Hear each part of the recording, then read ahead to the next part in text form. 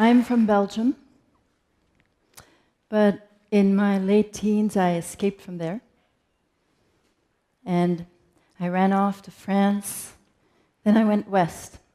Went to England first, then I went to New York. Then I escaped further to the west coast of the United States, landed in Los Angeles. And after a few years there, I was getting antsy and I wanted to escape again. And I realized if I was going to go any farther west, I was going to end up in the Far East. So the journey outward, the escape, was over. And I realized I have to go in. I have to face myself. So I began a journey that lasted 30 years. That was an absolutely epic journey, facing dark death around every corner, confronted with large crevices that I had to jump into and know that something greater than my little ego was there to catch me.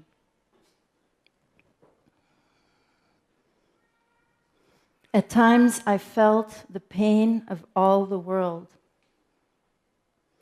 But after 30 years, I came out victorious. I was able to just be me. I was lucky to have a sense of what that might mean. Me. As a baby, I was raised by a psychopathic mother. And, you know, we're all born the same. We're completely cute, innocent, sweet.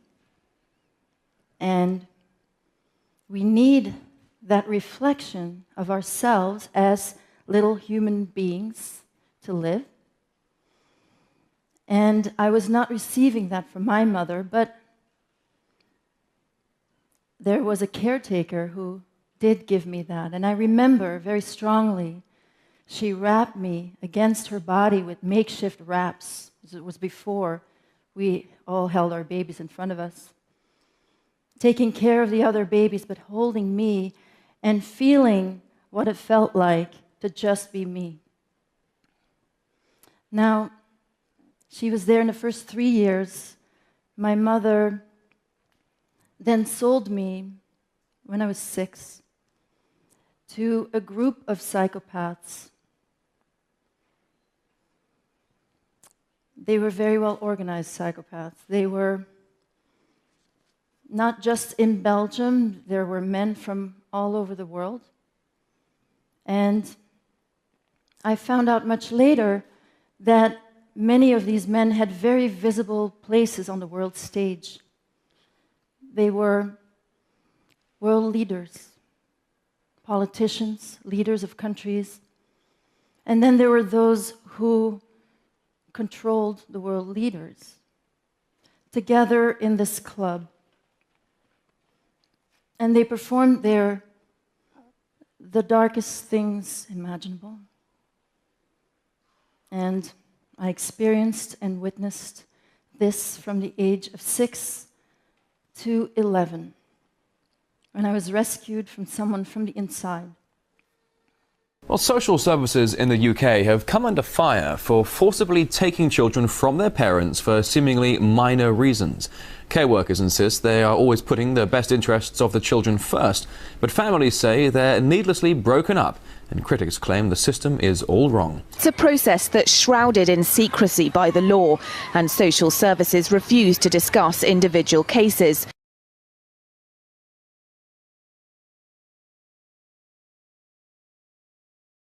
We're going to face our fear and face our urge. You're going to face your fear. Because fear is what? Fear is the mind killer. And you're going to help us to catch who? You're going to help us to catch? All the pedophiles. Papa, Mr. Hollins, the school. All the policemen. all the social services. Speak up, speak up. All the shopkeepers, all the cafes, all the pizza and specials. Who did you mention just now? Who? Caf what? Kafkas. Who's Kafkas? You know, there's the people who work at Kafkas. What is Kafkas? Kafkas is the they work with the.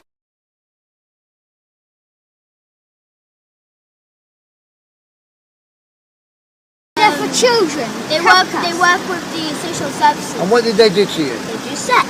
They touch each other. They touch me and Gabriel. They have plastic quillings and they stick it in our bottom. Who does? Who sticks it in your bottom? Social services. Everybody does. All of them. Who? Everybody. Does your mother do it? No. Do I do it? No. Who does it then? Papa, Mrs. Hollings, the school. Parents. My dad's Tell me more family. people. Tell me some more people, please. I'm interested. Parents, police. What about the teachers at school? Who's the main one? Papa, Mr. Hollings, Mrs. Forsyth. Who's Mrs. Forsdyke? She's the head teacher of our school.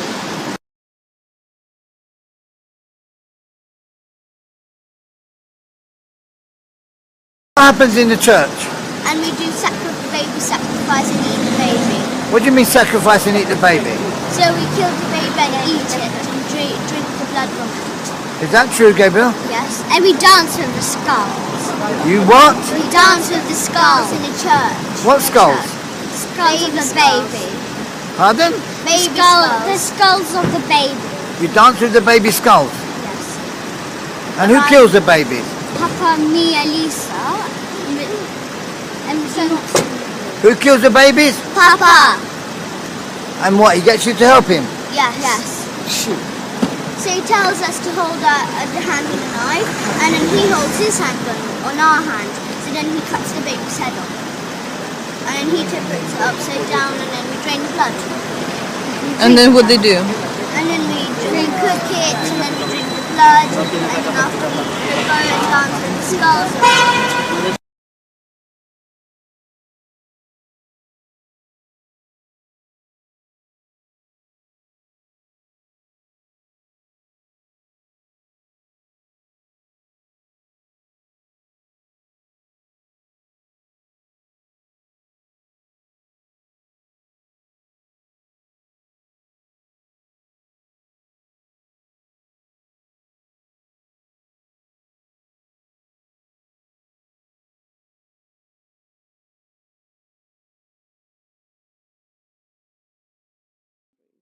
The Great Hall at Sydney University is where I witnessed the most heinous human sacrifice of all time, and the most difficult one to process and talk about in therapy, and that is the flaying of a boy who was about 5, little blonde boy, Anthony Kidman, and 4 other men were dressed in multicoloured robes according to the pentagram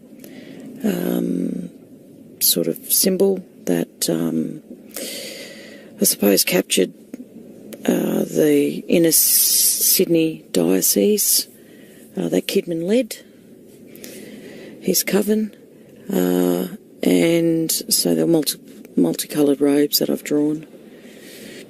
I was quite young. I tried to stop the ritual as soon as I realised what was going on and what they were about to do to this child. They crucified him and flayed his skin and pinned it back, and then they strung him up over. Once they'd done it, they did it to him alive. Once they'd finished that, they strung him up over the stage of the Great Hall. Nicole Kidman was sitting down to the front to look at, to the left as you look at the stage.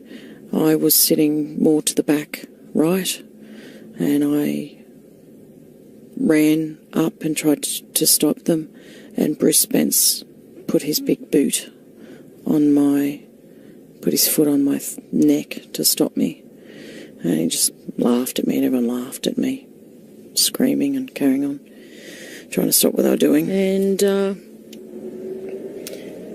quite a number of university staff are involved in Sydney Uni chapter, I suppose, of the order. I move that the House apologise to the victims and survivors of institutional child sexual abuse. Mr. Speaker, let me first welcome all of those who have come here today. Whether you sit here alongside us here in this chamber, in the Great Hall, outside, elsewhere in the nation's capital, in your living room, in your bed, unable to rise today or speak to another soul.